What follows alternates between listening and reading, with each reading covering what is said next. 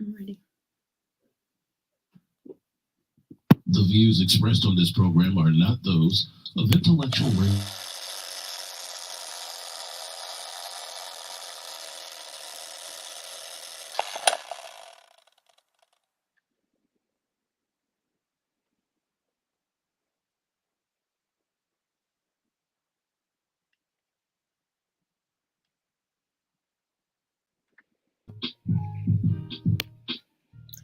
Hello, hello. Welcome to Warriors Talk with author and founder Lady ReShell, where we move away from awareness towards action. It's Health and Wellness Monday, and our topic for today is what Black women should know about heart disease. We are live on Intellectual Radio. We just heard from the Drive F5 with Roman. Keep it locked right here on Intellectual Radio and allow us to feed your brain. On the last episode of Warriors Talk, I spoke about managing breast cancer as a single parent. You can head over to YouTube and type in Intellectual Radio. Stay connected for any episodes you may have missed. The quote of the day is: "It's not diabetes, heart disease, or obesity that runs in your family. It's that no one runs in your family." And that quote is by Tony Robbins. Here is your trending topic for today, and it's coming from Chicago WLS, and it's talking about two teenagers who were sentenced to 30 years in jail for robbery. And we know that it's been a lot of carjackings going on with our youth. I'm not even sure what's going on with the youth and why they feel like they have the right to take other people's property. But according to Chicago WLS, two men charged in a violent 2021 attempt carjacking that ended with the death of a veteran. They pled guilty and they have been sentenced. Deshaun Williams, at the time he was 17 years old when the incident occurred. He is now 19 and he pled guilty to aggravated robbery with a firearm. And he was sentenced to 30 years in prison. Frank Harris, who was 18 at the time of the crime, he's now 21. He pled guilty in January for an exchange of 30 years as well. Police officers said Williams and Harris was responsible for beating that led to Keith Cooper's death. He was a Marine veteran to his core, and his family said that he had already planned out his final arrangements before this day even took place. His daughter went back to the place where he was last seen alive to celebrate his life. She ran to the Hyde Park shopping center where her father was essentially beaten to death by two teenagers trying to steal his SUV, according to police. Harris was initially charged with murder and hijacking, and Williams was charged with first-degree murder in Cooper's death. His daughter said that she was grateful that the justice system is moving forward. Keep that family in your prayers because we know that the carjackings are still happening. If you are tuned in on any form of social media, like the show, share the show, invite someone else in on the show that you feel may benefit from this valuable information. I'm so excited for our guest today. She is not a stranger to Warriors Talk. Joining us from social media, she's live. She is our healthy solution expert, and she's been in the business as a physician for 20 years plus, I want to say, and she's impacting lives every single day. We have Michelle Meeks, aka Doc Michelle. Hey, Michelle. Hello, hello. How are you today? I'm excited. This topic, Doc Michelle, is a scary topic, but I know it's needed. I know it's needed. So today we are sounding the alarm on Black women, and I'm hoping that they are listening. Yes, a very, very important topic. And as you know, close to my heart, my mother passed away from heart disease in 2022.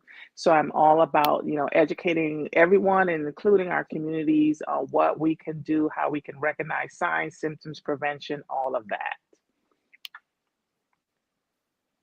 Yes. So when I was doing a little research on this subject, I thought to myself, why are more women not alarmed, or why we're not alarmed about this subject when it is the number one killer for men and women? And I know we hear Yeah. about cancer all the time, and it may seem like cancer is because we hear it all the time. And I really don't think heart disease get enough like airplay or enough awareness going around. I think cancer kind of overshadows it. But heart disease is the number one killer for men and women, and especially African American women. That is Yeah. the number one killer for us. So we Yeah. should be alarmed. Yeah, and you're right, right? It doesn't get as much of airtime sometimes as cancer. Both are horrible, both, can, end our lives. And I think part of it is we think of heart disease more so as caused by things we've done to ourselves. So sometimes it may not get as much sympathy as something like cancer. But 50% of Black women, according to the American Heart Association, have heart disease, right? Only 1 in 20% of us think we do, okay? But 1 in 5 deaths occur from heart disease in women. It's 1 in 4 in men. And we tend to die at a younger age compared to our white counterparts, right? And so it's important to understand that we too are at risk, that there are things that we can do to prevent, to understand that, heart disease starts when we're young, in our 20s. We start to develop plaques in our arteries. We don't have symptoms from it, men or women, but then we have the symptoms later in life. So we tend to think of it as an old person's disease. But heart diseases comes in many sort of forms and types, right? We think about the blockages, coronary artery disease, when you build up plaques in your arteries that then can lead to blockages and then can lead to angina, chest pain, or heart attacks. Then you're talking about arrhythmias. There's heart arrhythmias like irregular heart rate, atrial fibrillation, which my mother had as well, that irregular heartbeat, and can cause symptoms such as shortness of breath. It can lead to heart failure, another type of heart disease, right? Heart failure, where my heart is just not pumping effectively, which can lead to shortness of breath and other symptoms such as fatigue and chest pain, all of which can lead to heart attacks and death if not well controlled. So, heart disease is sort of that big term that um, encompasses all of those things, from problems with the valves of our heart to the structure of the heart to blockages to how well the heart is pumping. And one of the things that leads to heart disease, we always talk about, is high blood pressure, right? And so the only way to know if you have high blood pressure is to check your blood pressure, because we call high blood pressure what? The silent killer. You have no symptoms until it's too late and you have symptoms: heart attacks, strokes, or death. That's a lot under that umbrella when you think about heart disease, because I think a lot of people may relate it to heart attack. Well, nobody in my family has had a heart attack. Nobody, you think about that, but underneath that umbrella is so many different things that we need to be worried about. But if we go to the doctor, know your numbers, and then the doctor can, if you have that issue, the doctor can set up some type of plan for you to make sure that you have a healthy heart and you're thinking smart with your daily choices. Yeah, we talk about that know your numbers a lot, right? There's a lot of numbers in that. One is your high blood pressure, right? So your blood pressure should be less than 130 over 80. People think, oh, it's 130 over 80. That's still good, but that's still considered high blood pressure. When you get higher than that, then you're talking moderate or severe high blood pressure. So you want to know your numbers, because there's a lot of things that you can do to keep your blood pressure normal. We talk about exercise all the time. We talk about lowering your stress, right? We talk about not smoking and all those things that I'm sure we'll discuss even more. But knowing your blood pressure, very important. Knowing your cholesterol, very important, right? Because it's that cholesterol that causes the little plaque buildup in our arteries that over time can lead to issues. And so none of this happens just like that, right? It's over years and years that things occur that we don't treat that then leads to the symptomatic issue. So know what your cholesterol is, your bad cholesterol and your good cholesterol, right? There's some cholesterol that's good for our bodies, which is the HDL. When I try to explain cholesterol to patients, I say your HDL should be high, H high, right? And your bad cholesterol should be low, which is the LDL, right? So you want to know those numbers and ask your doctor, what was my last cholesterol numbers? And not just the total, but what's the good, what's the bad? The bad cholesterol, we can do a lot to affect that by eating the right foods, making sure we're not eating a lot of fried foods, things like that. But your good cholesterol, the best way to raise your good cholesterol is exercise, not smoking, and eating the good fats, right? Your olive oils and things like that. Smoking and drinking too much, another risk factor for heart disease, right? So smoking, people they think lung disease, but also important for heart disease because every time we smoke, we cause inflammation in the blood vessels, which can cause problems with blood flow. With alcohol also causes inflammation in the blood vessels, but it also does another thing, which is it affects the heart muscle. We talked about heart failure. And so people who drink a lot of alcohol, we see a lot of times that they have a bigger floppy heart that's not pumping very well, and they get heart failure.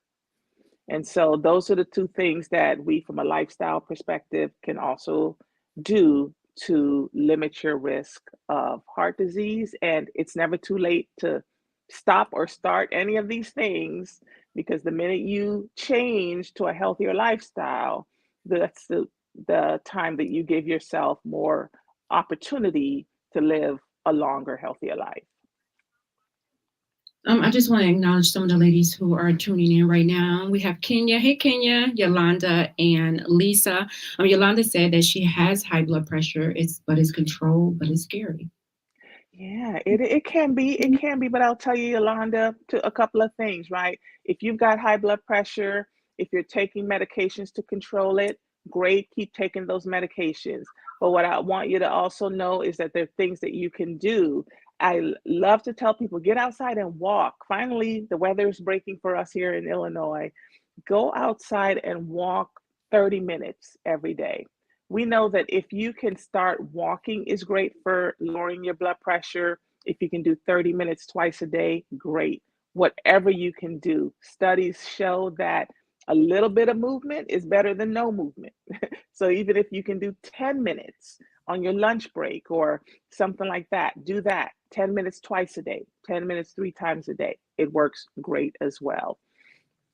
I think we underestimate really the effects of exercise and what it could do to our body, and not just for heart disease, for cancer, diabetes, all of these other diseases out here that kind of falls under the umbrella of you taking action to do something to minimize your risk. Exercise is one of those things that, man, you can do it at your own pace, in your own space, and you really don't have to pay any money for it. It's free. I always talk about, looking at YouTube videos and exercise that way. If you're afraid to go in the gym and don't want to be around anybody, it's for your own health. Like, just carve out some time to exercise, and you would be amazed at how much better you feel, how much mobile you'll be, and like Dr. Michelle said, how you're contributing to having a healthy, longer life. Yeah, and that's a good point, ReShell, is that you don't have to spend money to exercise. I say if you live in a house with steps, go up and down the steps for 20 to 30 minutes in your own home, right? Do some floor exercises, do little things to also build muscle and build endurance, and just walking. Actually, I was reading something the other day, and it asked, what's the best exercise to lower your blood pressure? And before, I'm thinking, oh, it's got to be walking. Walking's great, but they actually said Tai Chi, which a lot of us don't do. Tai Chi, the slow movements and all of that. They show that doing that, you have more effect on lowering your blood pressure after you do Tai Chi. But it says something about what we consider exercise. What do we consider beneficial, right? Because I think the thing about Tai Chi is it's about slowing your mind, slowing your breath, relaxing, right? And we always think, well, I've got to run on the treadmill for 30 minutes, or I've got to do all this activity, this big aerobic activity. But we're not saying that you have to do that. We're saying take a yoga. I started yoga. That was my New Year's resolution. I'm doing yoga twice a week to lower my chronic stress level. But little things like that can make a big difference. So it's important to know what you can do and know that it may not be the traditional thing that you think about. It might be something different. I totally agree with that. A little bit goes a long way. The key is to get started. Yolanda said, okay, she said, thank you, that's true, thank you. She was talking to you when you answered her question. Kenya said, walking is good for lowering your blood sugar too. Yeah, we didn't even talk about diabetes, but absolutely, movement will help burn the extra sugar in your system. I think that some people, one of the scary things is with diabetes, even if you're taking your medicine and doing everything that you're supposed to do, you're still at risk for heart disease. You are, yeah. But you can certainly lower your risk when you have diabetes by keeping it under control.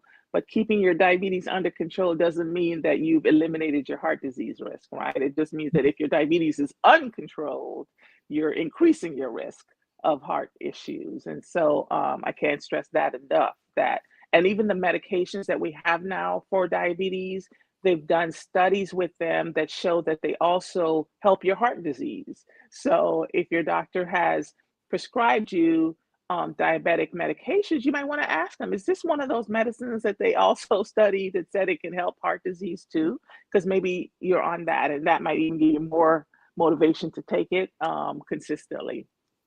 Which would make sense if you know that they're at risk for it.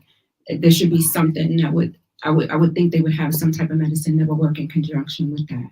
It makes sense. Exactly right. Yeah. Dawn says, I have irregularities in her upper chamber, SVT, and doctors suggest heart, what's that, ablations? Ablation.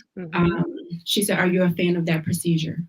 Yeah. So a heart ablation is basically when you have SVT, it means that the electrical current in your heart is not acting normally. So sometimes you might have an irregular heartbeat or something like that. And so I encourage her to have those discussions with her provider about what's the best option.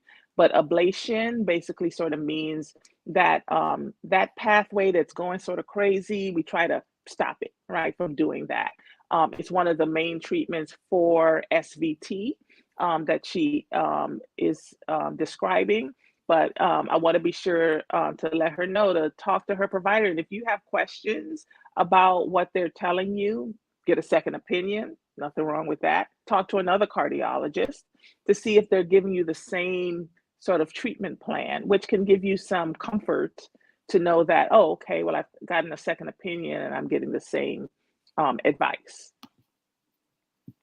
Yolanda said that she's borderline diabetic.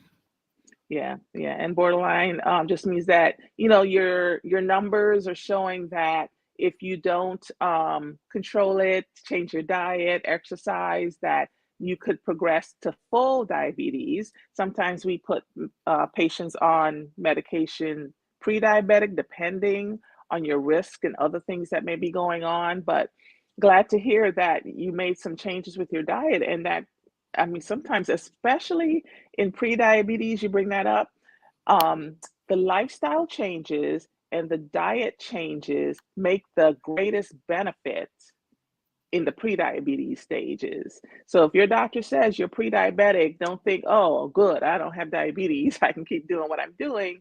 This is the time to make the changes because you'll get the best benefit from it. Dawn says, thank you for addressing her question that she had. And then Lisa said, you always provide great information and something to think about. She appreciates you. Thank you, Lisa. Thank you. I'm appreciative to be in this space to share information that you may not be able to get in this way somewhere else. So. Absolutely. You already know how I feel about you. That's why you're on here every single month Yeah. dropping gems. I wanted to talk about some of the symptoms that women may feel when it comes to heart disease or a heart attack, because we know that men and women are two different species. So our Mhm. symptoms may or may not be the same.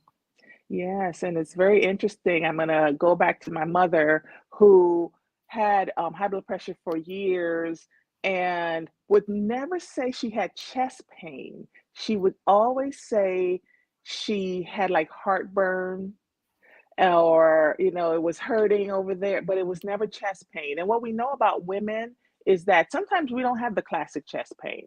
We might have nausea and vomiting. We might have heartburn type symptoms. We might get neck pain or jaw pain. It just may not show itself in the same way. And that's why you'll always hear me say, if you're having some symptoms that are just different, not what is common for you, get that checked out. Especially if you're having stomach pain or nausea or some back pain, jaw pain that's not getting relieved with Tylenol or your normal medication routine, right? You want to check that out. Shortness of breath and fatigue is clear, right? Because if your heart is not getting enough blood supply, and it's not able to pump the blood to the rest of your body effectively, you're going to get short of breath, you're going to get fatigued, you're going to get lightheaded and dizzy. And so for women, it can present as all these things, which can make it kind of like, well, how do I know, right, that this is that and not something else? And that's why I always will talk to patients about, if something is different than your usual pain or your usual symptoms you have with your heartburn, right? If this is different, we need to know about that, right? You want to tell your doctor about that because, yeah, we may all have heartburn. We might take something for it and yeah, it goes away. But if it's not, if it feels different, you need to let your physician know about that. One of the things that were really surprising to me was the vertigo. Yeah, and you don't think about it, but it comes from a couple of reasons, right? If you have heart disease and first your heart is not pumping the blood effectively, or you're trying to do something which is more taxing and your heart can't keep up with the demand, right? Now the blood's not going to your brain, to your circulatory system, and you will feel kind of ooh dizzy. Things will start to spin and people will say, "Oh, I just need to sit down for a minute," right? But it could be something more, and that's when you need to understand what your risk is, right? Have you been told you have heart disease? Do you have diabetes? Are you a smoker and you're obese? If you have all those things going on, and oh, I just feel a little lightheaded, that's more serious, right? Than if I'm a healthy person, I think I'm a healthy person and I don't smoke and I don't have all these other risk factors. What else is going on? Why do you feel dizzy? Why is the room spinning? So we try to put all that in the right context when we're evaluating a patient. But my go-to is if it's different, we need to know about it. We need to address it. I wanted to, you were right on point for what I wanted to talk about next. And it's how do we recognize the importance of mental health and how does stress impact our heart health? Yes. So we know chronic stress is a big factor for heart disease for a number of reasons, right? Chronic stress could be, if I on an everyday basis, I'm in traffic every day for an hour and that stresses me out. Maybe I'm a caregiver, and I'm taking care of my elderly mother and my young children and I'm working, right? And that's a stress all the time. And we know those stresses can lead to high blood pressure, which, as we know, leads to heart disease if left uncontrolled. And so it's important to address the chronic stress because we tend to push that aside. Like, that's fine, I'm gonna manage it. Is what I gotta do. Especially as women, we do that a lot, right? We put on all the hats, and we just keep going. But I want to stop and say, even though we have those stresses in our lives, these things, right? We know that stress is our response to things in our environment, right? Because we could drive to work every day and not get as stressed about it if we put on some jazz, put on some music, right? Your response to being in traffic for an hour every day is different, right? So we have to look at how we recognize that, and where do we put it in our lives, in compartmentalize it. And that's why I started to do yoga, right? Because for me, I'm like, I could do aerobics every day, but it's taking that minute, that hour to say, I'm going to stop moving. I'm going to do some deep breaths. I'm going to relax my system, because we're always on adrenaline and we're going and we're going. And it's that adrenaline that that's the actual chemical that can lead to high blood pressure in our system. So we have to relax. We have to deal with the mental stresses, the chronic stress. If you're depressed, anxious, all of those things raise the adrenaline in our system, raise the cortisol in our system, and all of that leads to high blood pressure in our system. So the stress matters. We've got to address that piece. I totally agree with you about that. Let it go. Let Let it it go. go, right? Yes. Lisa said it was the vertigo that prompted us that my mom was having a stroke. She downplayed it for hours, but it was a stroke. Isn't that something? Mm. Yeah. If that was different for her, and our moms would be, oh, I'm fine. I'm just gonna sit down for a minute, right? But we know, no, that's not right, mom. Let's get that checked out, especially for something like that. It's go to the emergency room immediately. Yes, Yolanda says she has been short-winded. She's been diagnosed with COPD, and she never smoked a day in her life. Very interesting. And COPD, a lung disorder, and that's another topic. We could talk about COPD, because you can get COPD if you've never smoked, but did you live in a house with smokers?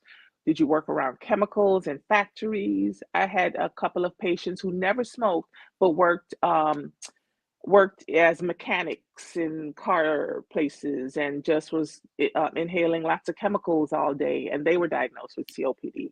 So we have to look at all of that too. She said it's hard to walk distance without having to stop. Yeah, yeah. And COPD is a difficult diagnosis to reverse, but I would definitely say, talk to your provider about that COPD symptoms, because we do have lots of treatments and inhalers and things that can help make that better, so that your quality of life is better. Wow. Tracy says she has a Oh, LBBB. that I think Tracy is saying left bundle branch block, which is a heart condition about how the electrical current is moving through the heart as well. Sometimes that is not a big deal unless it's causing issues for you, symptoms, depending on the severity of it and other things that go along with that and how your heart is functioning. So hopefully, I think that was Tracy, is also getting that managed and monitored by her cardiologist. Wow. Tracy says yes, and Yolanda says thank you. Yeah, absolutely. Wow. I want to take a quick break. I hope that you guys are enjoying this conversation.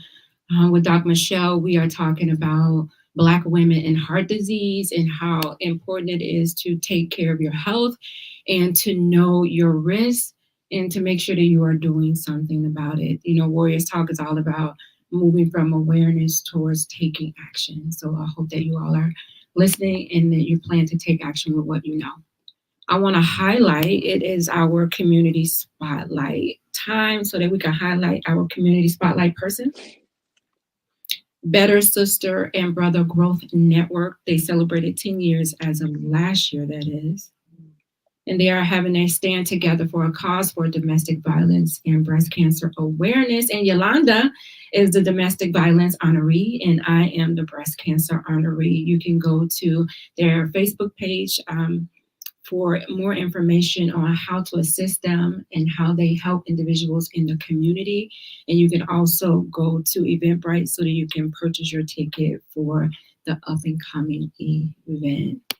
Again, we are live on Intellectual Radio talking about what Black women should know about heart disease, which is the #1 killer for men and women. Yes, yes. I know y'all thought it was cancer, but it's not. It's heart disease. So there's another monster that we have to worry about, making sure that we're staying on top of our health. Tracy said 52% heart function. Okay. Now I'm wondering, Dr. Michelle, because I had an individual on the show that 10 years after her treatment from cancer, she found out that she had to get heart surgery. She had to get a heart, and it came from treatment. Yes. So I know it can come from maybe medication, treatment, and genetics, your lifestyle. And in Tracy's case, I'm just wondering if it had anything to do with treatment, because sometimes it may not happen right away. Absolutely true. And we've got great cancer medicines, but we know that some of those medicines can affect the heart and the heart function. And so for many women who are getting certain medications, they get an echocardiogram and EKGs intermittently during treatment, because it can affect your heart function. Sometimes if it's caught quick enough, right, the oncologist will change the medication if possible, and try not to put you on that or give you a break from the medication. But it's not an easy decision, right? Because you've got cancer and now we need to give you this medicine that may cause heart disease, and we know that. And so a lot of education and conversation and communication has to be done between the doctor and the patient. I know we talked about the lifestyle modifications on how to decrease your risk of heart disease, and we touched on the mental aspect of it, letting go when it comes to stress, and some of the warning signs to look for if you're dealing with diabetes, high cholesterol, high blood pressure, if you're overweight, some of those things, obesity, if you're drinking, you're smoking. What, Dr. Michelle, can you provide any type of guidance on navigating healthcare disparities to ensure that Black women receive the attention that they need? And maybe, because the numbers aren't going down right now when it comes to heart disease at this moment. Like, what else can we do? Yeah. So the health disparities are there for a number of reasons, right? Because we started out saying that 50% of Black women have heart disease. We're more likely to die from the heart disease compared to our counterparts. And part of that is infrastructural disparities, such as I live in a community where I may not be able to get the healthier foods. Maybe those healthier foods cost more. Maybe I live in a community where I don't feel safe walking outside, so I can't really get the exercise I need because I can't afford to go to a gym, right? These structural health inequities in the socioeconomic status that causes that to happen, right? And then the lack of access to providers, perhaps in their communities, that are able to treat, because we know that there are not enough doctors to treat all the patients, right? But so the access is an issue too. So we have to have to sort of be advocates for ourselves. But as you're putting up here, right, it's the socioeconomic, I can't afford, it's not in my community. It's the environmental things as well, as far as do I live in a walkable community? Are things available to me that I need in order to live that healthy lifestyle? What things are promoted in our communities versus other communities? And so that's why your show is so important, because we've got to get the information out to our communities to help decrease the health inequities that we're seeing, right? And because we know education is part of the solution, along with all the other sort of changes that need to happen with structural racism and inequities in our communities, right? That's another issue. But we have other communities, other um, corporations in the communities that provide space for us, right, to be healthy. Sometimes they're grocery stores that open up right in our communities, or the little gardens where people are making their own fruits and vegetables. So we have to be sort of creative about how we get the information and how we support those communities that really need it. And part of it is certainly education and advocating for yourself. I'm always saying that when you go to the doctor, take someone with you, especially if you feel like you don't know what to say, don't know the right questions to ask, right? It's always good to have that other person, that other ear there to get the same information, to ask the questions that you may not think about. And that's key too. I totally agree. There are some programs in our community that sometimes we may not know about, or we know about them and we don't want to take advantage of them because we may feel like, I don't want that. At my clinic where I take my girls to the doctor, they have this program where they give out fresh fruits and vegetables every week, and all you have to do is just pick them up. Isn't that great? And they're fresh and you can cook with them. They give you recipes on, how to cook things to be healthier, make healthier choices. And it's free. You just pick up a box and go home and cook. And they are providing it every single week because they know in our communities that there's a food desert when it comes to healthier selections for us. So you may want to think about asking your doctor, do they have that program there? Can they think about getting a program there? Is it one close by where you can go and, to a different neighborhood and pick it up? But there are programs out there that can help us make healthier choices. We have to, like you said, be an advocate for ourselves, ask and find out where these programs are. Yeah, and that is a great point because I know the Chicago Food Depository, the Greater Food Depository, they do have relationships with different community organizations to do things just like that. Because we know more now than we did a long time ago, perhaps, and we're now just bringing it to the forefront that food is medicine, right? We talk about there's an organization called Food as Medicine, but food is medicine. And so if we start to treat it as such and make sure that not only are we writing you a prescription, right, but like your doctor's office, we also going to provide you with healthy options and give it to you, right, to start, right? Sometimes we just have to make it easy, just give it to you to start doing things differently. I really commend that. That's great. Yeah. Yolanda, it's located on Austin and Oak Park and I want to say Lake Street. It's like right there in that area where my girls go to the doctor, where I pick up the fruits and vegetables. It's on Chicago Avenue. I want to say the 50-something 100 block of Chicago Avenue. And yeah, I mean, it's free. And the box is not a small box. And it's like every week. And some of the stuff I'm giving it to my mom because I'm like, this is a lot. Like, it's so much that I can't really, cook it all. And sometimes it's not even the typical fruit that you normally would get at the store. It's like a variety to kind of open you up for trying different types of fruits and vegetables. So that's the one thing that I like about it. Cause we tend to just go to the store and get the same things, but these were totally different ones. And they had the recipes to tell you how to cook with these different fruits and vegetables. Yeah. And because we're afraid to try new things because we're like, I'm going to pay money and I might not like it. And then what? So that's so true. I try to get my girls to open up all the time. That's so true. I wanted to go back to, we was talking about the heart disease, maybe the cancer treatment may be causing individuals to have heart problems. And Tracy said that COVID definitely is causing the adverse effect.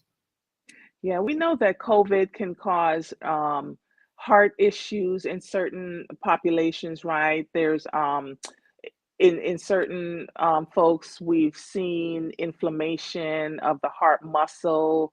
And so the great thing is we have vaccines for COVID, so wonderful. So that if you get COVID now, it's a milder illness. But certainly in the beginning of the pandemic, when folks were getting COVID and there weren't any treatments, we know that we saw that it can cause heart issues, heart disease, inflammation of the heart muscle, if left untreated. So hopefully people are not having long-term sequela from that, but we know there's a subset of people, especially if they had other comorbid conditions anyway, that are having those adverse effects lingering.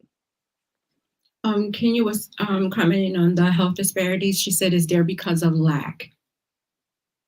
I'm not sure I understand her question, but the health disparities is because we're lacking these things, right? We're lacking the access, we're lacking sometimes the education, the structural sort of neighborhood to get the things that we need, right? Some of it is if the grocery store is 5-10 miles from your house, right? Transportation there's so many um, forces that play into the health disparities that we are experiencing. And that's why things like you're saying, where it's where you go, right? It's sort of like when we can provide what is needed where you go anyway, to the doctor's office, and there's food there too, healthy food options. Or when in COVID, the COVID mobile units will come to where you were,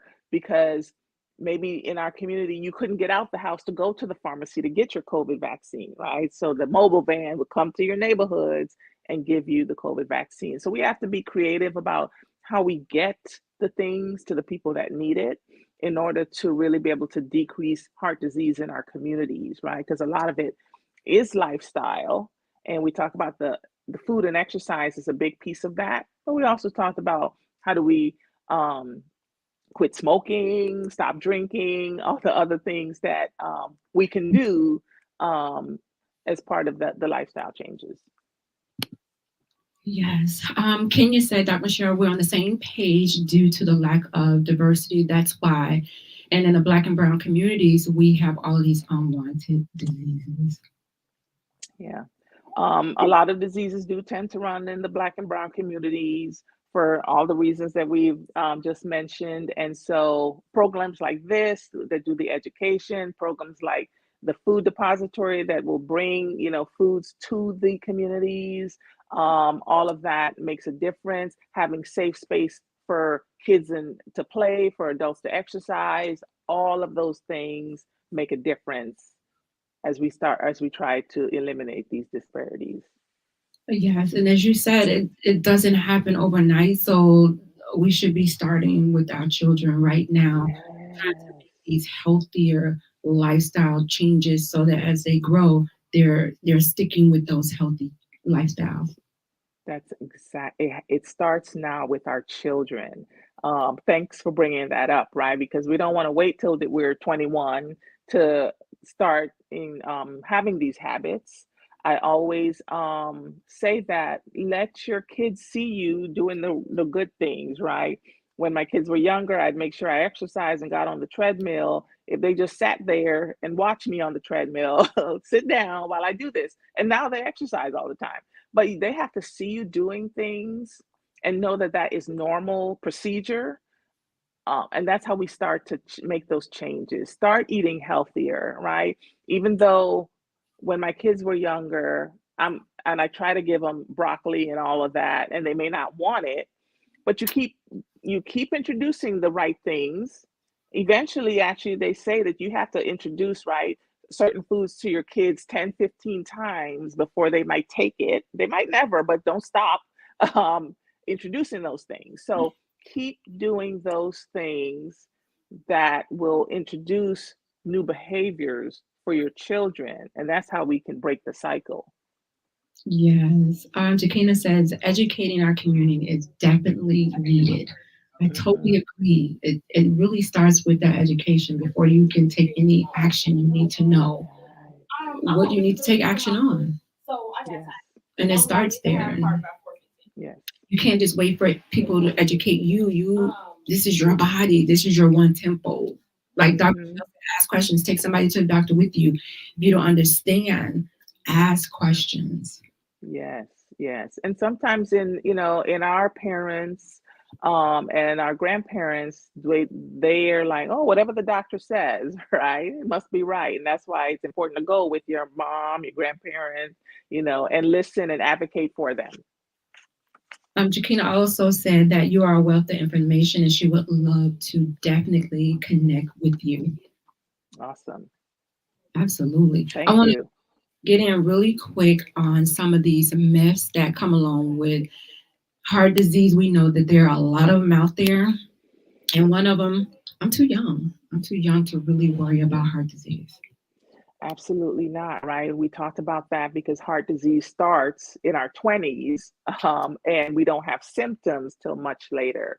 So we want to be sure that, first of all, we know our family history when we're young and that we create those good habits when we're young, so that we don't have to have the symptoms of heart disease when we're older. Yeah. Number two is I know if I had high blood pressure because there would be warning signs. I have no warning signs, so why would I even think I have high blood pressure? Right, right. Well, we know that high blood pressure is silent. You have no symptoms until it's severe, then you might have a headache, you might have blurred vision, but we want to catch it before that. High blood pressure is known as the silent killer. You have no symptoms until you have symptoms, right? And at that point, it's too late. The effects of the having high blood pressure have already begun in your body. The only way to know is to go to your doctor at least once a year and get your blood pressure checked. And if you have high blood pressure, you should have a blood pressure machine at home so you can check your blood pressure anytime. Another misconception could be I know when I'm having a heart attack because I'll have chest pains. Right. Yeah, definitely a myth. We think of a heart attack and chest pain as, oh, that's it, right? If I'm not having chest pain, I'm not having a heart attack. But we talked about that with women, that we present in all sorts of different ways: nausea, vomiting, jaw pain, back pain, heartburn. And so, again, important, if anything is different than your usual sort of symptoms, you need to let your provider know. Heart disease runs in my family, so there's nothing I can do to prevent it. Yeah. And you talked about this in the beginning too, right? Um, the problem is you can do a lot to prevent it, and we want you to start that young. We talked about what we teach our children, right? And we said heart disease doesn't run in the family, it's no one in the family runs because we are not exercising, we don't have the right habits. And so lots to do to prevent it, but it starts when you're young and it starts with changing those habits. Yes, I totally agree. Dr. Michelle, thank you so much for always sharing your experience, your knowledge, and your wisdom with us to help us make healthier choices and take action with our health. Um, my final, uh, my final thing with you is I just want you to empower individuals with some advice to share with Black female viewers who may be on their heart healthy journey. Yes, thank you for having me. And so, again, I just want to say that we as Black women, we are at risk. We know that 50% of African American women can have heart disease in the US, and we may not know it. And so, it's time to advocate for yourselves and do some of those lifestyle changes that maybe you've thought about or have thought about and have not acted upon. We talk about taking action here. So, get active, start moving. Start to eat healthier, eat better, and manage your blood pressure. Those are the things. Know your numbers, know your blood pressure, know your cholesterol, know what your BMI, your body mass index is. Are you in the obese or overweight category? And get moving, make those lifestyle changes, start what you can, stop what you can, such as smoking or too much alcohol, And the last piece is important: lower your stress and get enough sleep. Oh, I'm working on the sleep part, Doc. That's my downfall is the sleep part. How can individuals stay connected with you if they want to, take this conversation further? Yeah, so they can find me on Facebook at Dr. Michelle's Healthy Life Solutions, or Doc Michelle. We can put it in the chat. Um, I am available for any speaking engagements, any educational talks at your local community organization, churches, things like that. I'm all about getting into the community to empower our community to make changes. Thank you so much. I'm just going to leave this last comment. Jakina, please make a connection with Dr. Michelle. She said she had 3 heart attacks in the last 3 months. So that is alarming, and I already know she's been going to the doctor for that. Yolanda said, thank you so much. You're awesome. Connect with Dr. Michelle, you guys. Again, she's available, and she has this information that she is sharing with the community, and she's not even charging you guys for this on this show. Now, she may charge you when she goes somewhere else. Information you can get. Again, thank you so much, Dr. Michelle, for just coming in every month. Just educate us, have healthier lives. I appreciate it. You guys don't go anywhere. I will leave you with these words of wisdom. As the Bible said, above all else, guard your heart, for everything you do flows from it. Coming up at 7 p.m. on Intellectual Radio is The People Show with Charles Thomas and Mark Wallace. Join me next Monday right here on Intellectual Radio. As always, thank you for tuning in to Warriors Talk with author and founder Lady ReShell, where we are changing lives one warrior at a time. Thank you for listening to this week's edition of Warriors Talk with Lady ReShell. To find out more about Warriors Talk, follow at Warriors Talk, the number 1, on all social media outlets, and Warriors Talk with Lady ReShell on YouTube. Please join us next week and every Monday evening at 6 p.m. Central Standard Time on intellectualradio.com for Warriors Talk with Lady ReShell, where we encourage, educate, and empower you into action.